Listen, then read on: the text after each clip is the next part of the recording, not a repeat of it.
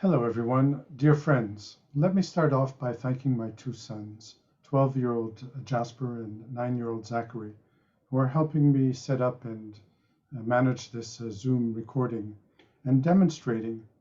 In fact, I think they're even rubbing it in that they are 21st century techno citizens and that I qualify as a Neanderthal.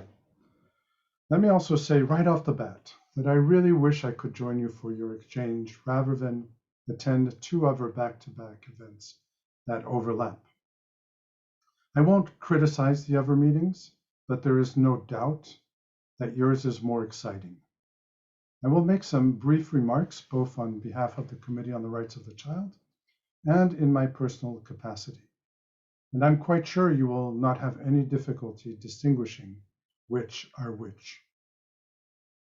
Let me start off by saying that there is some cosmic poetry taking place as we head into more uncertain and disrupted times. Think of it.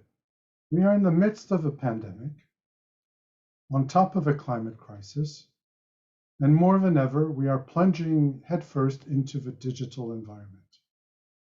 You would think that the situation would call for the best adult minds to come together to help all of humanity navigate. But instead, I can't help but notice that children and young people are squarely front and center in all three situations, albeit for different reasons. With regard to the pandemic, children around the world have been disproportionately and dramatically affected. In many instances, the rights of children have been trending backwards, alarmingly so. Violence, poverty, mental health, girls' rights, not to speak of education, for most regions of the world are not fully digitally equipped. But there is a paradoxical silver lining here.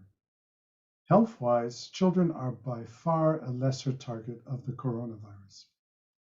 With regard to the climate crisis, let me just cite the French author called Pierre Ducrozet, who, by the way, recently, I think it was in 2019, published a book that should be on the reading list of anyone associated with children human rights defenders. The book's title is Ces jeunes qui changent le monde, which translates to the young people who are changing the world. But elsewhere, specifically on children climate activists, Ducrozet writes, quote, "The great divide is underway. Everywhere, children and adolescents are rising, mainly girls and young women, in movements that often refuse to carry leaders. Elsewhere, the last convulsions of the old world, ever more crumbling and hideous, from Trump to Bolsonaro. They cling to the trappings of carbon democracy and a soil that is disappearing under their feet. The wave that comes against the one that rears and contains.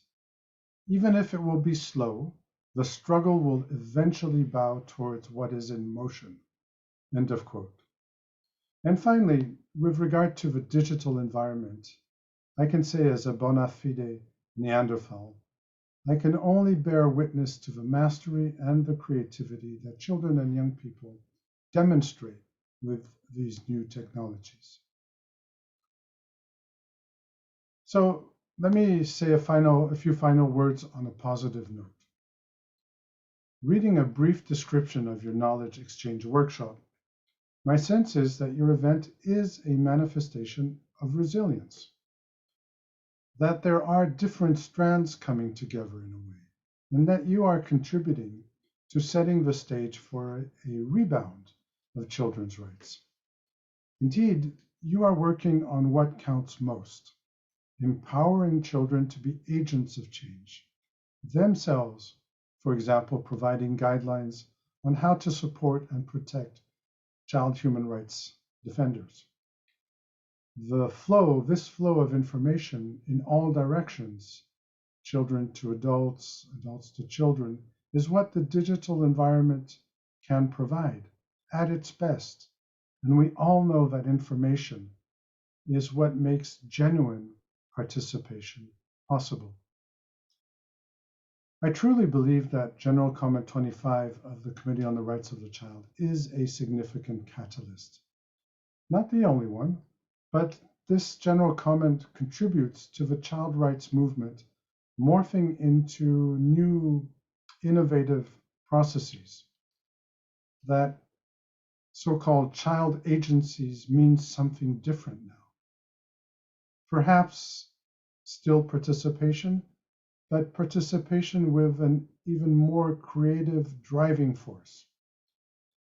And given the urgency that children and young people are facing, the very essence of time is completely different in the digital world. How wonderful.